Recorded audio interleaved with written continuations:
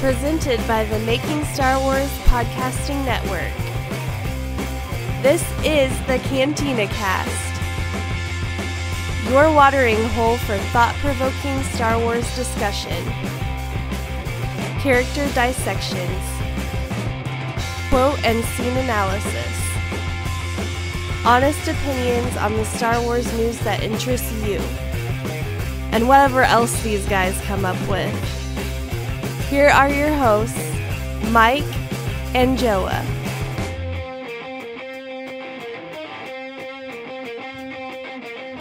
Hello and welcome to episode 220. It's Holdo and Poe Dameron. I guess the mini dissection episode. Some news will be coming in, and a few things I got to get off on the top of the show here this week. Number one, if I sound funny, it's because I am sick. I've been battling, I think, the flu all week. I can't say for certain, but in any case, I'm feeling a little bit better, and we'll be able to do this tonight. I know I postponed it a few times on Albert this week, and I feel bad, but we got to push on and push forward, and that's what we're doing tonight. So I might actually pronounce things correctly tonight. That's how sick I am. If you're lucky. Yeah, exactly. So in any case, a few things I want to address, and the first and foremost thing is tonight we're recording this on February 3rd, 2018, and it was exactly 5 years ago today that Joe and I released episode 22 of the Cantina Cast. We came back from our break from covering SWEU. You know, that's when the whole story is, where I was trying to figure out what to do when we ended the show the first time, and you know, Joe and I got back together and stuff and pushed forward, and that was this is the day that we released that 5 years ago. So I thought it was appropriate that I would acknowledge Joa and the fact that Joa is leaving the show, unfortunately. And it's kind of a sad thing for me. He was a friend and he's a partner and all that stuff going forward. We've been through a lot of ups and downs and stuff. And it's kind of sad because, you know, Joa has some great insight. He's funny. And I'm going to miss him because I think the best part about this whole thing was when him and I were on opposite ends and just talking about Star Wars and having fun and living out our radio dreams, as we like to say, so to speak. And actually, when the other thing that I'm going to miss is our collaborating behind the scenes, not so much with Star Wars. You know, he was quite the idea guy. And you know, one of the brilliant things of working with Joe is when he'd get an idea and he'd just go with it. And it was an amazing thing to see that he'd just go full on and come up with some amazing things and stuff. And I'm going to miss that. But one of the things I'm going to miss is actually him and I talking and strategizing how to grow the show and how to make it better and how to get better and stuff, and to take on the big dogs in the Star Wars community and stuff like that. And, you know, he laid the, as I often say, you know, Brian, my original host that came on, him and I built the foundation. Joe built the house with me, and now I got to build the roof with somebody else here, and I'll mention that in a moment and stuff like that. But the show must go on, and it will go on. But I just want to say thank you to Joa. It was a pleasure. We made a great team despite all the heartache and stress that we caused each other behind the scenes and stuff. And I am going to miss you, and it's going to be weird without you, but I think we'll both be fine. Life goes on, as they say. I know Joe is streaming some stuff. Monster World Hunter, I believe, is the game he's doing. And, you know, I don't know if it was me or Joa or both of us came to an agreement when we was doing the show, that we would restrain his comedy, so to speak, and we wouldn't be so goofy, because we wanted to talk about things in not a serious tone, but we wanted to be, you know, didn't want to sound like a goofball show every week and stuff. I know he's streaming now, and I'm sure he's a delight to listen to because he's full on and he's free to say what he wants and does what he wants. So if you can find him on Twitch, I believe it is, you'll probably laugh hysterically because he is a funny guy and stuff like that. So Joa, if you listen to this, I'm going to miss you, and it was an awesome ride. So with that, the show is going to go on, and it's going to go on with Albert. Albert, you are my official, I guess we're officially announcing that you're my co-host going forward. So welcome to the dysfunctional family that is the Cantina Cast. Good luck, I guess I could say. But anyway, yeah, right. But welcome officially. Yeah, thank you very much. And I just want to personally say thank you to Joa too, because I know when you guys first reached out to me sometime last year in the fall, he was just a huge help, answering tons of questions that I had and kind of giving me insight into how the show was running. Certainly giving, you know, both of you guys, allowing me to have, you know, more reign over some of the smaller aspects of the show and allowing that to kind of grow over time. So, you know, I don't think I obviously wouldn't be here if it wasn't for Joa, because he's the one that really if I understood this correctly, he was kind of putting a lot of faith in in me coming along. So Absolutely. Yeah. So I mean, it's a great opportunity, and all the best to Joa. And like I was telling the guys, it's just so weird. It's almost surreal that he's leaving. And I get why he's leaving, and I'm sure he's going to do really successful things. And he is a hilarious guy. I mean, if you played any of the Star Wars Battlefront night games with us, you know pretty much what you're getting into. So all the best to Joa, and I'm just happy to be here, humbled to be here, and happy to be here. And ready to, did you say build the roof or raise the roof? I don't know. I guess it's the same thing. I think we're building a roof because this is like the final. If I put the roof on, it won't be leaky anymore. We won't have floods and stuff. It'll actually function complete now, I guess you could say. It's more of that maintenance man role that you gave me from the very beginning, right? Yes, I think so. Yes. And more than just Discord. So, but that's not the only change that's coming along. We got a lot of changes throughout the year that'll be coming. A little slow in getting some of this stuff done, but we're trying to get out some of the details and stuff like that. And one of the other persons that's going to join us is Jonesy, who's a legendary Discord member. His real name is Chris, but we all know him as Jonesy in Discord and stuff. He'll be coming on as well. He'll be joining me and Albert from time to time. And there'll be times where I'm going to actually take a back seat, and Albert will lead the show with Chris, and they'll go from there. And I'm going to take more of a producer's role as time goes on and stuff like that. So, the main reason for that, and even I guess you could say this technically 3 hosts, is the fact that, and one of the reasons that Joa left is because of burnout. Doing what we did the last 2.5 years, full on, week in and week out, it'll drain you, especially with Joa, because he did a lot of the show notes and stuff. And that wears on you because it's a lot of thinking and a lot of stuff that you have to do. And doing it weekly is just crazy. I don't even know how or why we even took on that. I know we needed to go weekly back in the day before the Force Awakens came out because we wanted to get more popular and stuff. And it was the right move at the time. But looking back in hindsight, we probably should have went back to bi-weekly, and we would have had saved a lot more content and stuff. But you guys craved all that content. And Joa, to his credit, when he gets on an idea, like I said, he just goes with it. And it just, you can't stop the guy when he has an idea. And it's an amazing thing to see and stuff. But there'll be changes going forward. Chris will be coming on. There'll be others as well. So part of that is we have other hosts here is because I don't want to get burnt out, and I've been through a lot myself. So I need to take kind of a break myself at times, and especially with Albert and Chris, or Jonesy, if you will. I don't want them to get burnt out like Joe and I were at times. So I want them to be able to take breaks, and we'll rotate and fill in and stuff like that, and there'll be other hosts and stuff. So there's a lot going forward. Just stay tuned, and that's about it. So with all that being said, let's get into a little bit of news, Albert. What do we got up first? So the first thing we have, let's start with that Legends Never Die. Of course, so yes, I know where this is going because it's been talked about in Discord, and people are getting their little shots in because there's a character I hate. But I'll let you take it first, sir. So Leland Chee just recently, and we're recording this on Friday. I think you already gave the date, so we're a little bit late on this one, but nonetheless, Leland Chee came out recently, and he's quoted here as saying, "You wouldn't believe some of the Legends characters that will be cropping up in various media in the coming months. Hey, if Tag and Bink can show up, anything is possible." Now, so that got us thinking. Yeah, well, I know, but Leland, he's full of it here because you can't have Ben Skywalker with Ben Solo around. I don't think. I'm just going to say he was talking about this. That's the only one I'm going to say. But continue. Yeah, no. So this got everybody a buzz, not only in our Discord channel and social media, but just about everywhere. People were talking about who would you like to see. So I'm going to throw the question to you, Mike, just first right off the bat. If you could bring back some of these legend characters, make them canon, put them in productions going forward, whether it be books or movies or animated show, who would you like to see? Well, that's a tough one because originally Ben Skywalker was my favorite, and technically we got him with Ben Solo in a way. But if there could be, I don't see this happening at all, where Luke would actually have a long lost son. Maybe his son was murdered by Ben or something. I don't know if Luke had a son or something like that. But I like that character. If we could have a character that's kind of similar to Ben Skywalker, or maybe we'll get that with Ben Solo and Luke.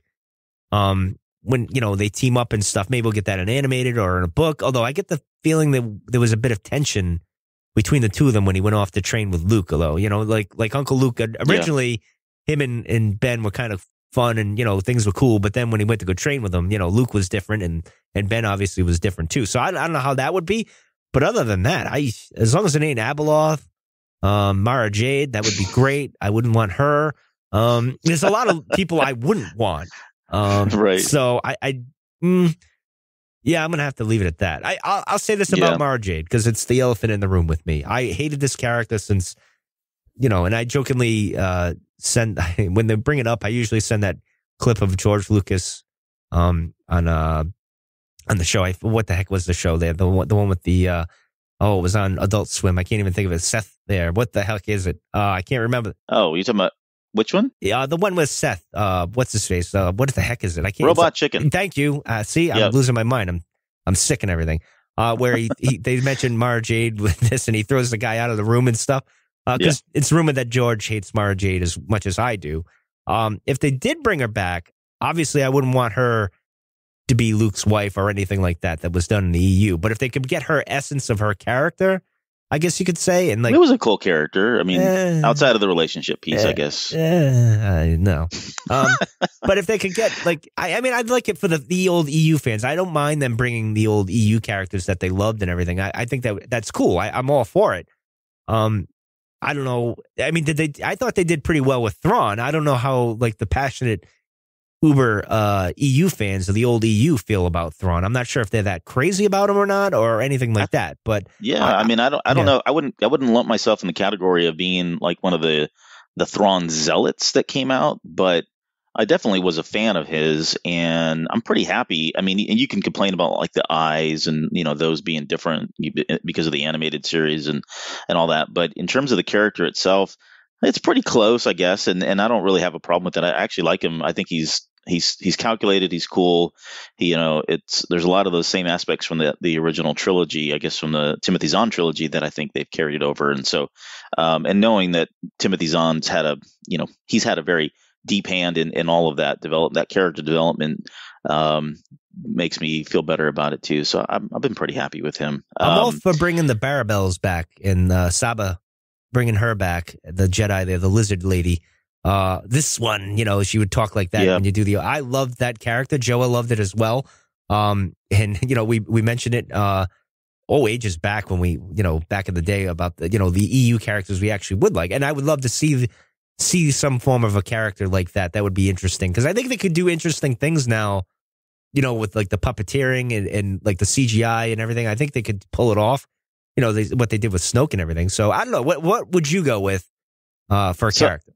Well, so I think for the Ben Skywalker, that whole relationship thing, I think would be, to your point, would be interesting to see at least from the beginning when Kylo is with Luke, almost like Luke seeing him as the son he's never had.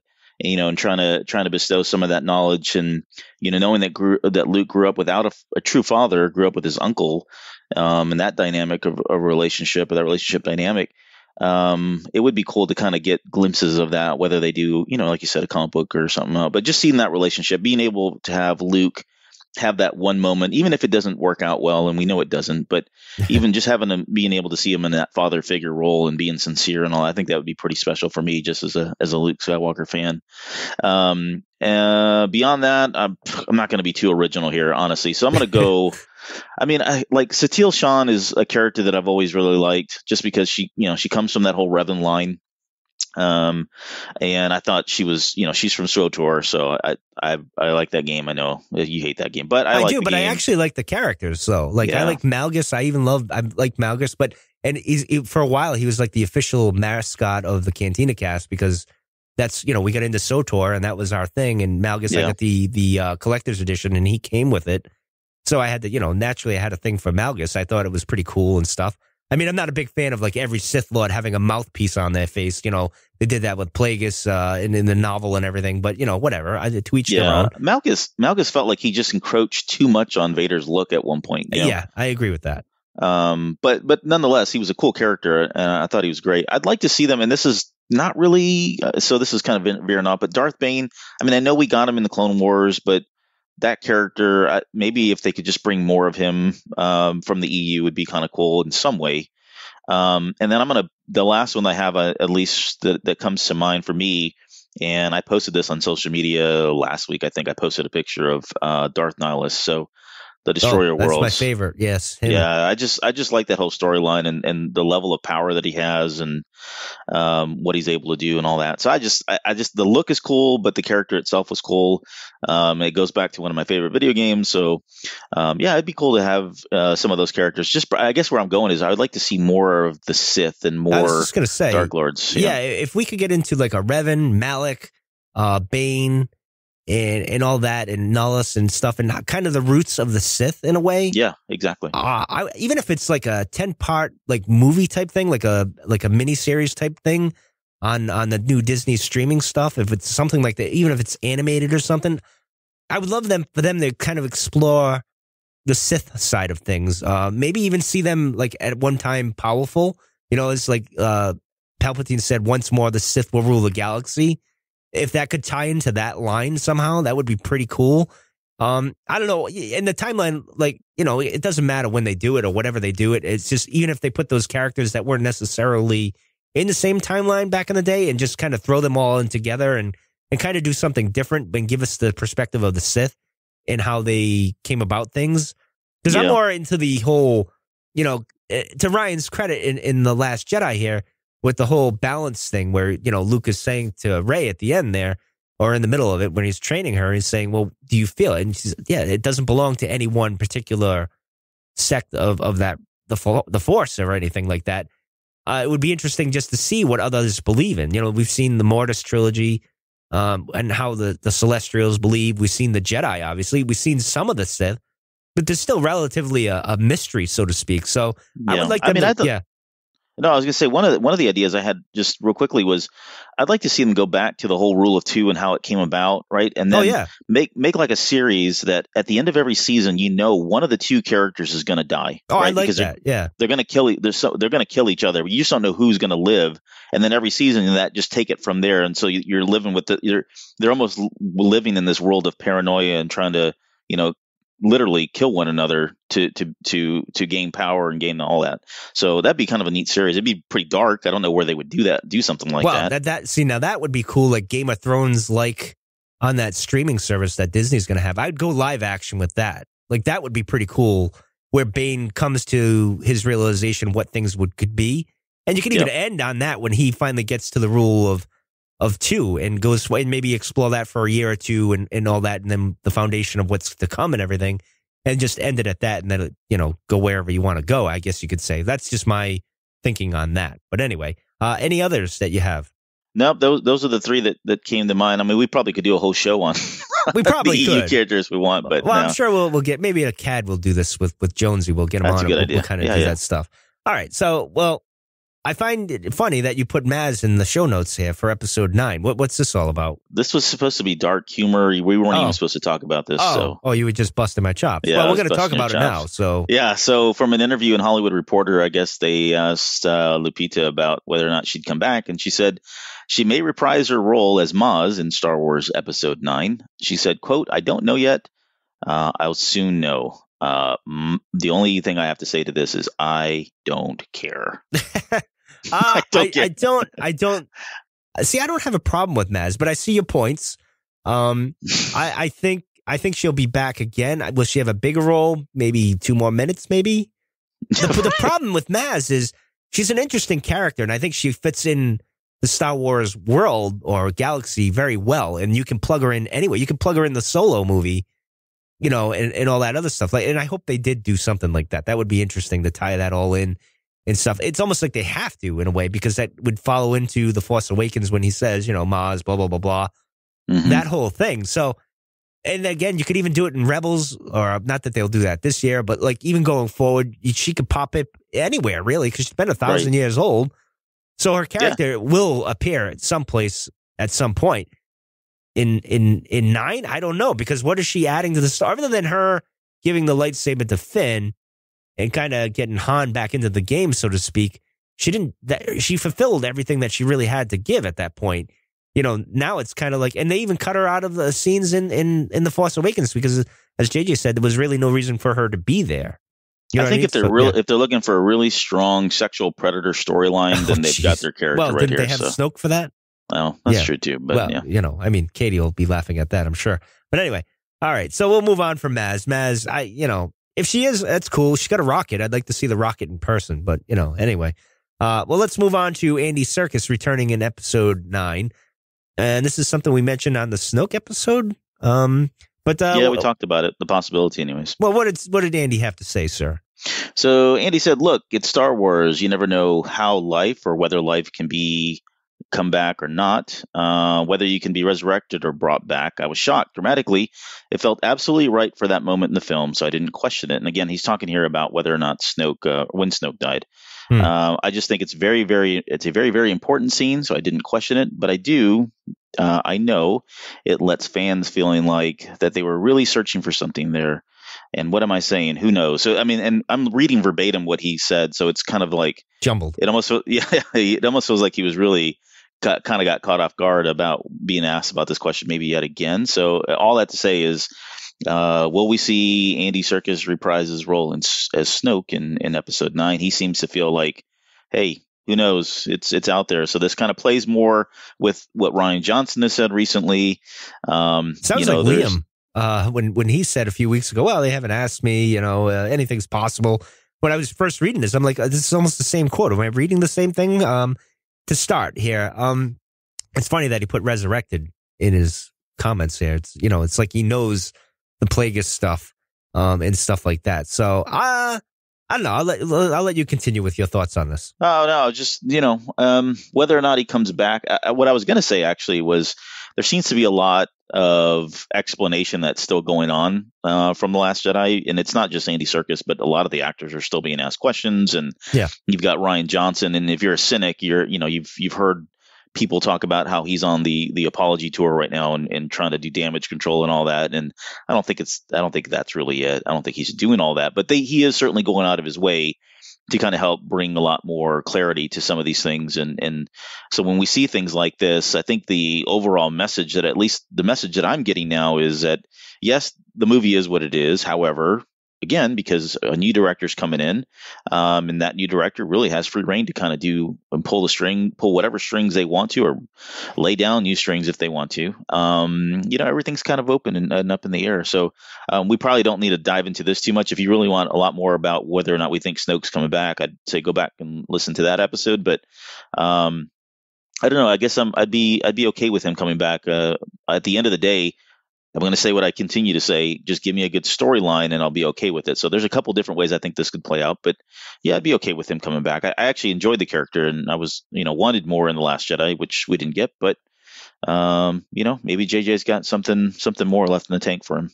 Speaking of, wanted more time, we're going to get into the character dissection here now, which is Amilyn Holdo, which I wanted more time with her.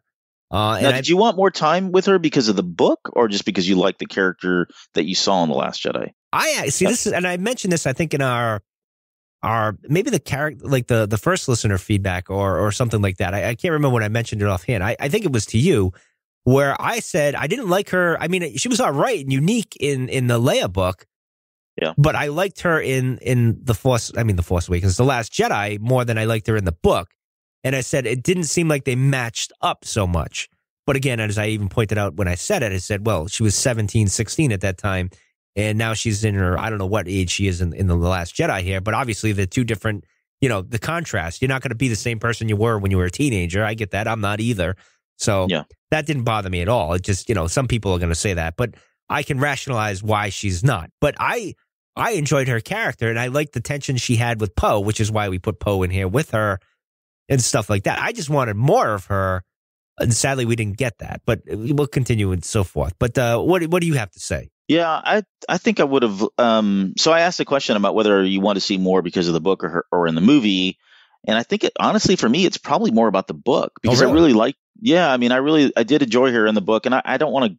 I hate when they compare her to Luna Lovegood because it's not really fair, and that's one of the characters from Harry Potter. I mean, they were both kind of eccentric and quirky and weird, and just always it felt like they were on an they got off on like adrenaline highs and going out and doing really super dangerous things. And if you go read, and the book we're referring to obviously is Leia, Princess of Alderaan. So if you haven't had a chance, go read that. Claudia Gray did a great job on that book. But from that novel, when I first saw, or I guess we got wind that she was going to be in the movie, and when the book came out, I got super excited after reading the book, just because I was hoping that we'd see some of that in The Last Jedi. And like you said, I mean, it was the same character, definitely cut from the same cloth, but she was a little different. She was maybe a little bit more reserved than I was expecting. I mean, she had the purple hair and she didn't wear a uniform, which, we now know isn't really, it's because of her, where she grew up. That's just what they do. There's an explanation as to why she didn't wear a uniform. I know some people are really hung up on the fact that she didn't have one. It's okay. Get over it. She didn't need one. But yeah, she was a little bit more reserved, I guess, than what I was expecting. I was expecting her to be kind of like, maybe like almost like a Maverick kind of character, like going against the grain kind of thing. And we got a little bit more reserved, which is fine because it tells me that her character has matured and developed from what we saw in the book. Well, which is she cool. kind of hints that with Leia at the end before they're parting, where she's kind of like, well, I learned from you. And so I'm paraphrasing, of course.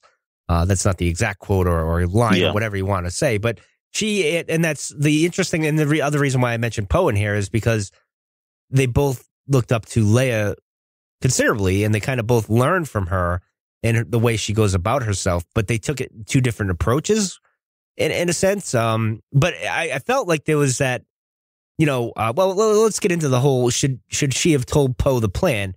And people are hung up on this and like saying she should have. In my mind, no. I see why she didn't in a way. And I get both sides of the argument there, but in my mind, she's seeing him as a hotshot pilot that kind of is just thinking guns go blazing. And she realizes, all right, well, that's not what's needed at this moment. It's needed at the end there where she goes out guns blazing, so to speak. Time and place, I guess, is what her thinking is. And Poe is just thinking, just go in and blow things up all the time. Very Han Solo-like, so to speak, and stuff like that. I don't know. Did you have a problem with her keeping the plan from Poe? Not really. I mean, I guess I saw it. I have more reasons. So to your point, I can see both sides, and that's okay. I think I have more reasons why she should not have told him than I do for why she should have told him. For I guess number one, when she looks at him and she's, I like this one, right? She says that quote, and I'm paraphrasing too. It almost feels like the very first time I saw that, I thought, oh, she sees who she was in Poe Dameron. Yes, and that's why she said, right. So she kind of sees that, and this was her opportunity to say, you know what? Nope. I know exactly where you're coming from, Poe. I know what you're trying to do. I know what you want to do, but trust me on this one. I've been through all this before. Sit down. I've got this. I'll take care of it, kind of thing. So it almost felt like she was trying to use the wisdom that she felt like he didn't have at the time or hadn't developed yet, and to try to stop him from doing something that would have had, worse consequences, that kind of thing. And then the second thing is just really, and I hate to say this because the chain of command, I guess, right? Yeah. So, I mean, she was now in charge. She didn't have to tell him. And sometimes, that can be hard. That can be hard for people to hear. But, if you're talking about like a military or that kind of thing, Poe has a right to get upset and scream and, kick and whine about it. But at the end of the day, he probably should have just fallen in line and said, okay, you know what? She's got it. I'm going to have to trust her and get behind her, that kind of thing. So I guess for those two reasons and probably more, but those are probably the two stronger reasons where I was okay with her not telling it. I mean, it would have made things a lot easier. Because all things considered, if she just said, hey, this is where we're going, and maybe he would have just said, okay, that's cool. That sounds, or she could have said, hey, this is something that, Leia and I were talking about, or I had an idea, or we went through this battle one time, or we had this one experience, showing him that, look, I'm not just making these choices off the cuff. Right off the cuff, I've got wisdom and experience that are leading me to these decisions, and I think that would have probably made Poe feel maybe a little bit better. I don't know who's to say, but I guess at the end I was okay with it. Well, with Poe's credit, at this point, the resistance is like dwindling. Like there's not much of a chain of command, so to speak. Yeah, she's the boss, so to speak, and all that, but you're dropping like flies and things are getting pretty dire. So I can see his point of view of stepping up and saying, hey, whatever, and questioning her methods and stuff like that. But I can see her point as well as saying, all right, I know you're a type. But that's why she even says to Leia, I like him. Because she knows they're one and the same and all that stuff. And there's a use for him. And obviously she likes that he's fiery and that he's going to deliver when they really need it, but she needs them to get in check and everything. I mean, that's the lesson with Poe, and we'll get into that in a moment and stuff like that. But I didn't have a problem with the whole, and like you said, in the military, you don't get to know everything. You get your orders and you do your orders, and that's the way. I'm not saying you shouldn't question. I'm just saying that, you're not going to know everything. It's just the way. And I think, so I think part of it too for Poe is, I mean, if you look at, like you said earlier, there are very few people that are left. I mean, I don't know where he was in this chain of command. I mean, I know he just got demoted, but really, he's got to be like, I mean, you throw in Ackbar, right? You got Ackbar, you got Leia, you got Holdo, you got at least one other commander. I forget the guy's name that was driving one of the other ships, and he, sacrificed himself. Yeah. But he's got to be up there in the top 5, right? Top 6 in terms of rank. So, and knowing that Ackbar is gone, Leia's in a coma, that dude, went down with the ship. Yep. He's got to be thinking, and you can kind of see it on his face when. And I forget her name. She comes up and she's kind of prepping everybody and about to announce that Holdo's now in command. Yeah. He's kind of looking around like, all right, here it is. She's about to say my name, cracking his knuckles kind of thing. And he doesn't hear it. So, he obviously takes that kind of personal and who's, I don't blame him. But some of that probably played with along into his head and made him come to that decision that, hey, I started questioning her, and then the whole revolt and that kind of thing. So, yeah, I mean, the other thing that's kind of kooky is when he says that's Admiral Holdo. Like he's never seen her before. Never seen her before, right? Like really? Like how do you not? Maybe she changed her look again. I mean, I could see that. Like you would have to imagine these two characters crossed paths in the past because of Leia. You'd think they would have met up or whatever. But I don't know. The Resistance probably was spread out all over the place doing their thing, and where did she even come from? Because I don't remember her. You know what I mean? Like she just kind of suddenly appeared. Like it was weird, but hey, it is what it is. It's Hollywood. It's movies. I get that. Not a big deal. But we'll move on to the Holdo maneuver. As you got right here, 45 days later, does it Holdo up real clever with your stuff? Now, this is something I mentioned on Cantina After Dark, which is our show on Patreon that we do. And, I'd mentioned this to you and to Jonesy. I said, should it have been Ackbar, and was this necessary to happen?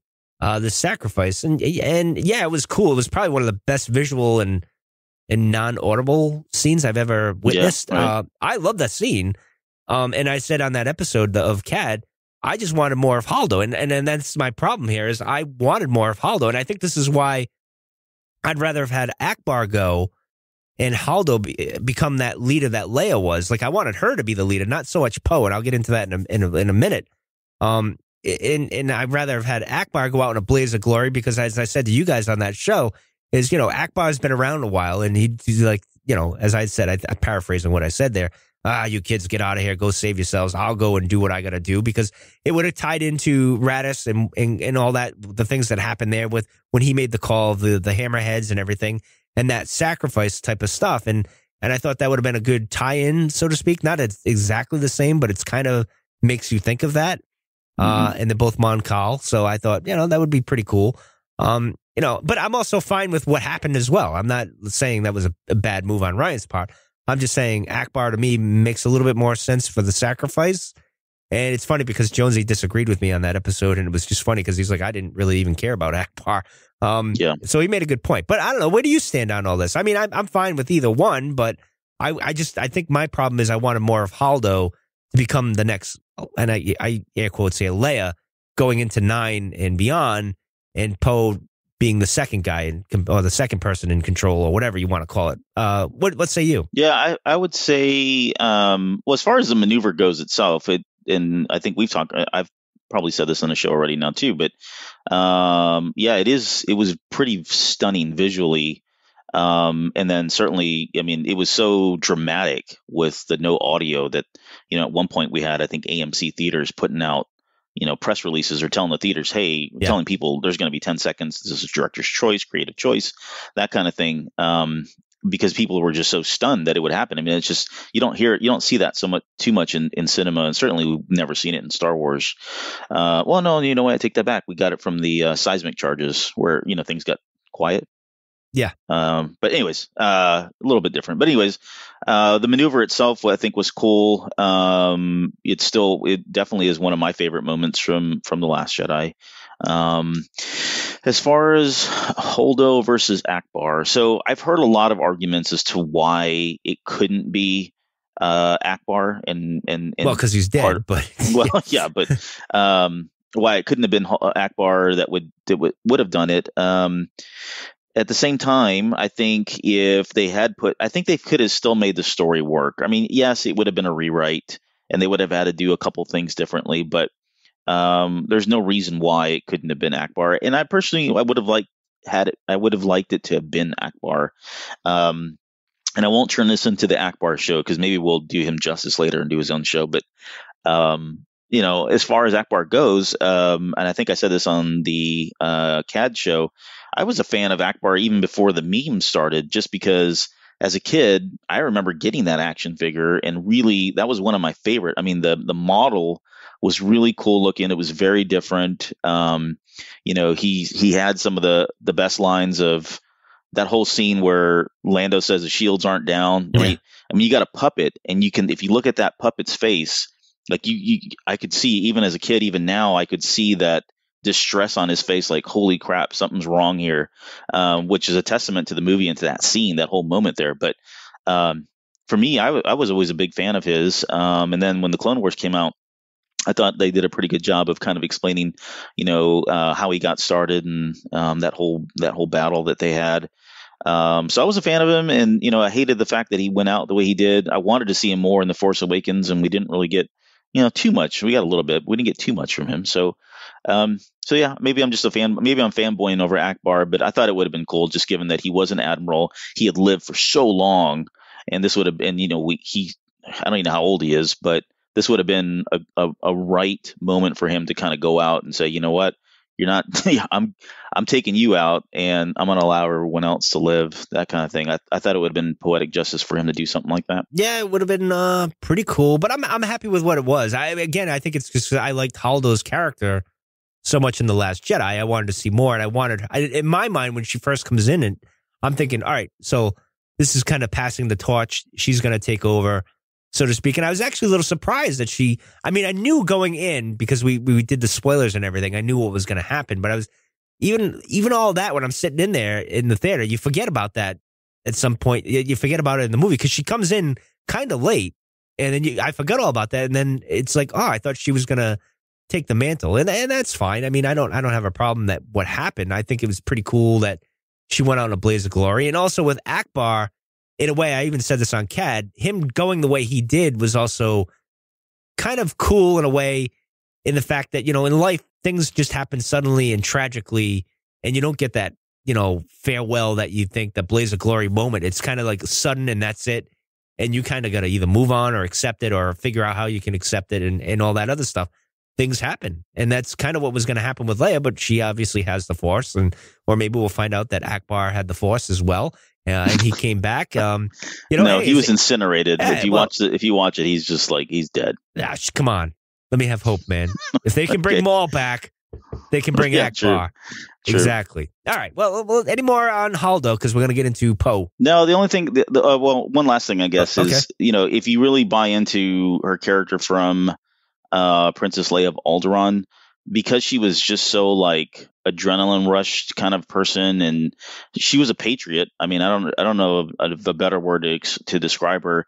I think it makes sense that she would do it. So I don't want anybody to walk away thinking that, hey, I don't like the fact that she did do that. I think it was in her character to do it. So all the signs were there that this is something that she would have done. Oh, I agree with that. When you read the book with Leia and stuff, I'm not surprised by it. Right. It's just, again, it's just I like the character so much. I wanted more of her. That's I get basically it. And I like Laura. I thought she was. Oh yeah, she hot. plays she always plays like these. Well, she's a gorgeous woman, exactly. But she always plays these like super cool. I'm smarter than you. Get out of my face kind of characters. Even far back as Jurassic Park, where I was like, wow, this is like woman of my dreams right here. But anyways, yeah, she's such a great actress. All right, well, let's get into Poe and what have we learned since The Force Awakens?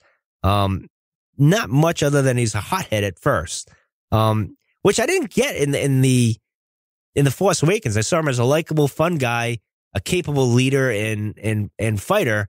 I didn't get the whole guns a-blazing thing, but apparently that's what he is in The Last Jedi.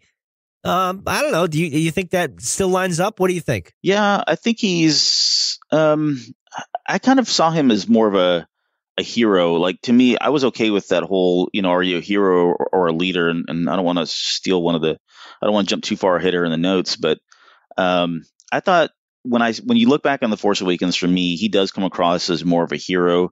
I think you can make an argument that he is a leader, but he just doesn't have a whole lot of scenes where we get to see much of that. I think one of the cool things that I've always noticed about him is he doesn't call anybody. Like, if you think back to like A New Hope and those guys, or the old movies, they call everybody by their call signs, like Red 2, Red 5, and Poe calls everybody by their name, which is kind of a neat thing. It's very subtle and really Anakin was kind of like exactly. that. He called, right. So to me, even though he didn't seem like he had those traits. I think you could see the potential of him becoming a leader. I always saw him. I did kind of see him as a hero only, at least by the definition that Leia gives in The Last Jedi. So I saw him as more of a hero in The Force Awakens. I get where they're at the beginning. He's still that role, and then later on he kind of has that little transition where he goes into a more of a leadership role on Crate.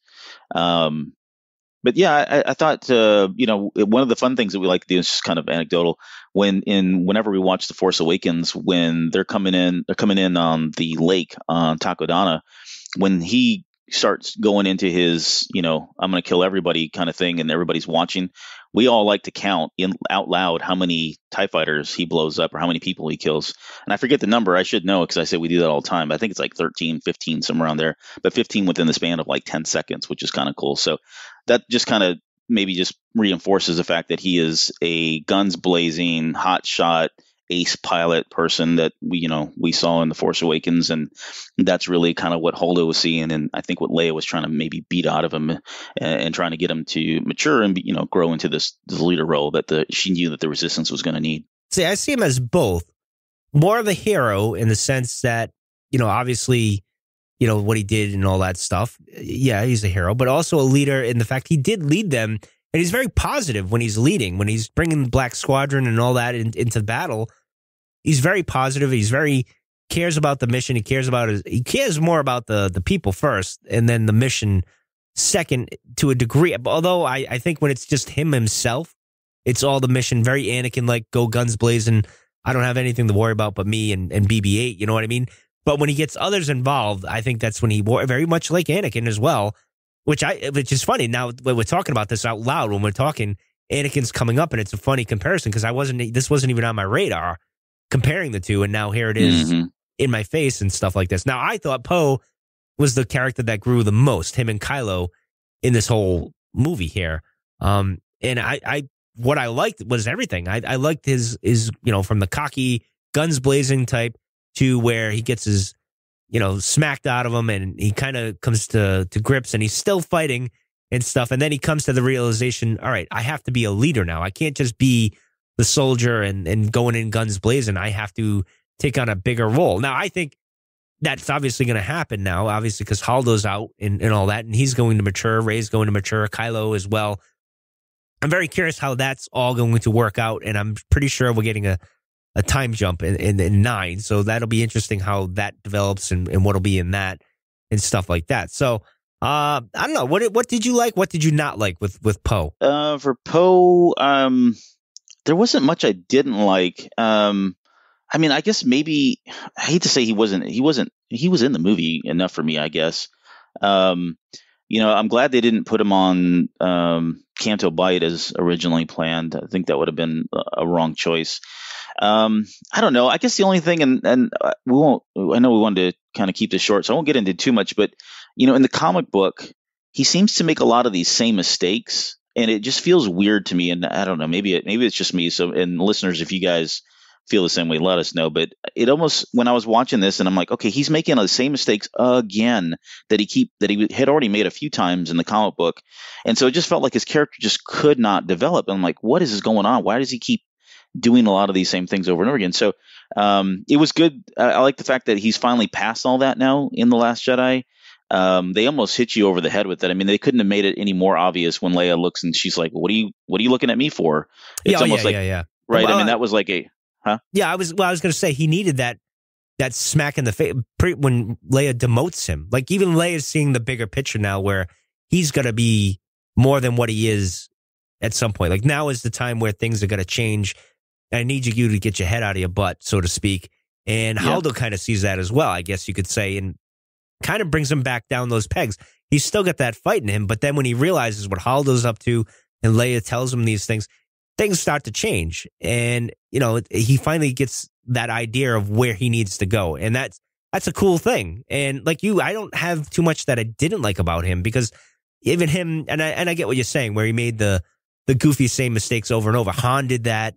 You know what I mean? Anakin, you could even, all of them really do. I mean, I do it in my daily life. I make stupid mistakes all the time. And then, one day it'll sink in where I shouldn't be doing this.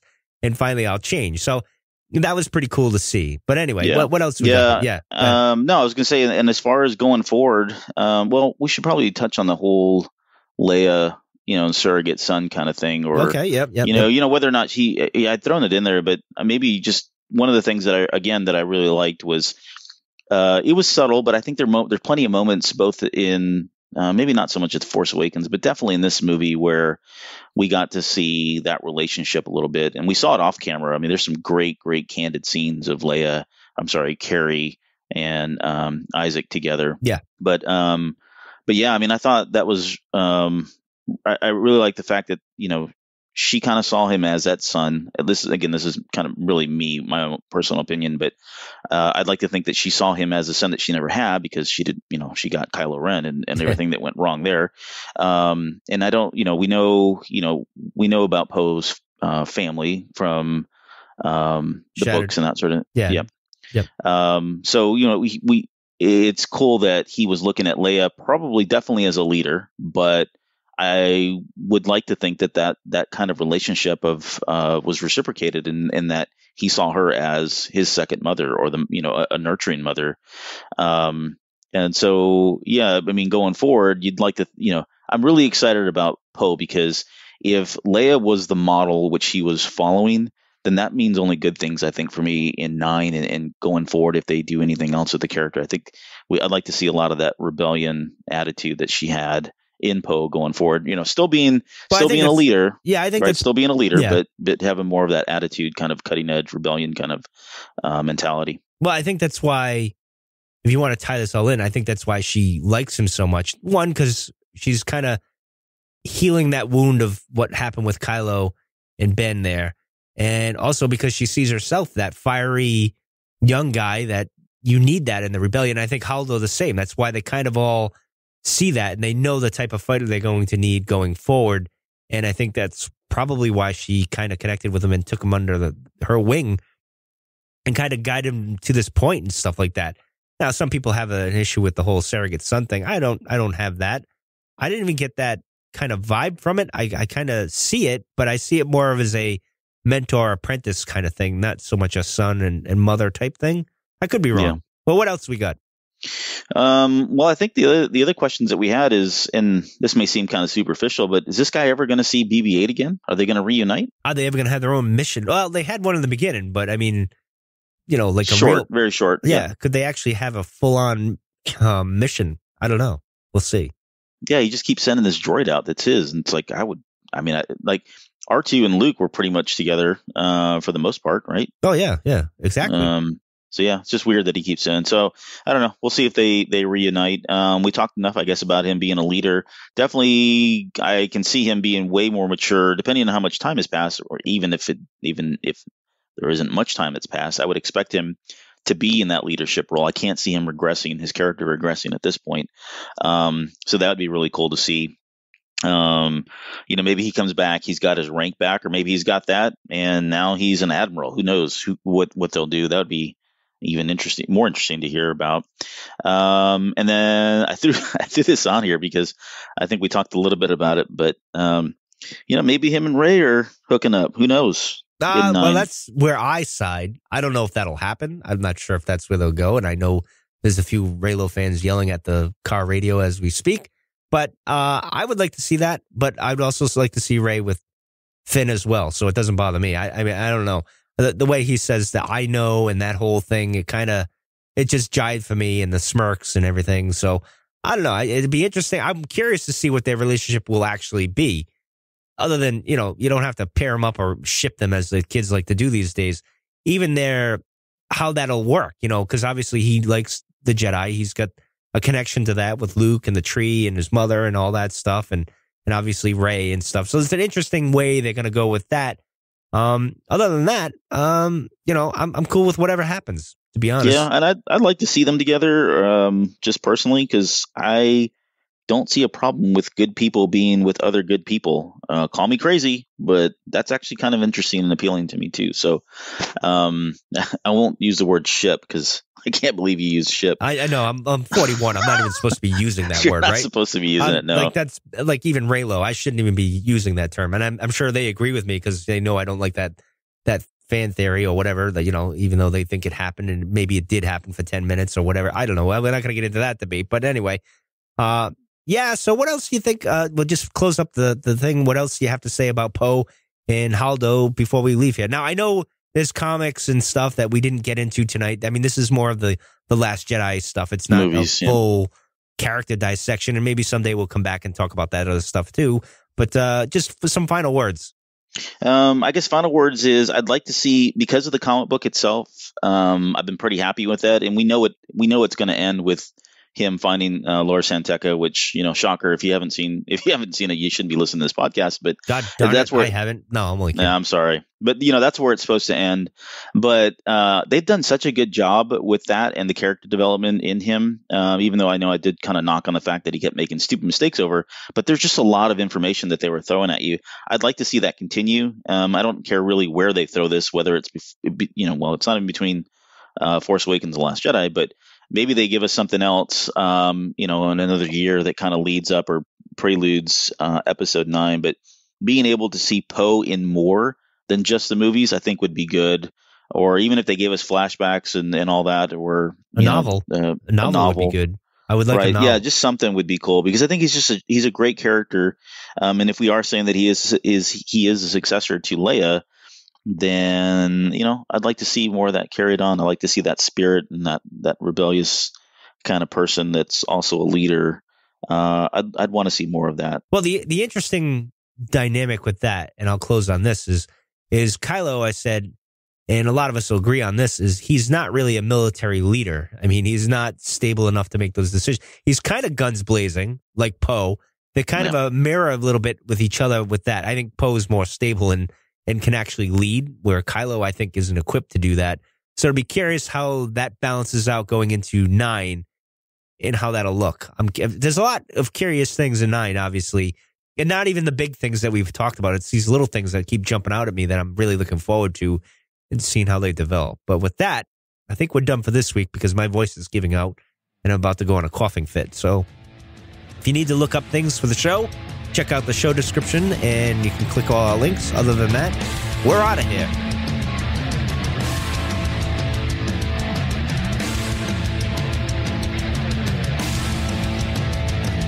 You're still listening? Wow, that's amazing. Well, I'm here to give you the disclaimer.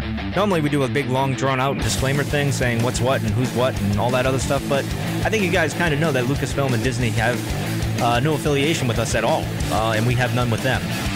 We talk about Star Wars, which is their property, and all that other good, fun stuff.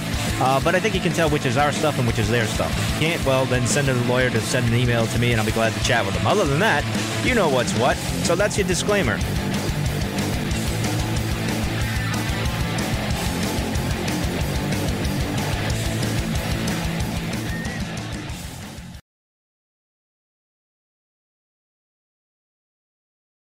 Obi-Wan, may the Force be with you. Goodbye, old friend. May the Force be with you.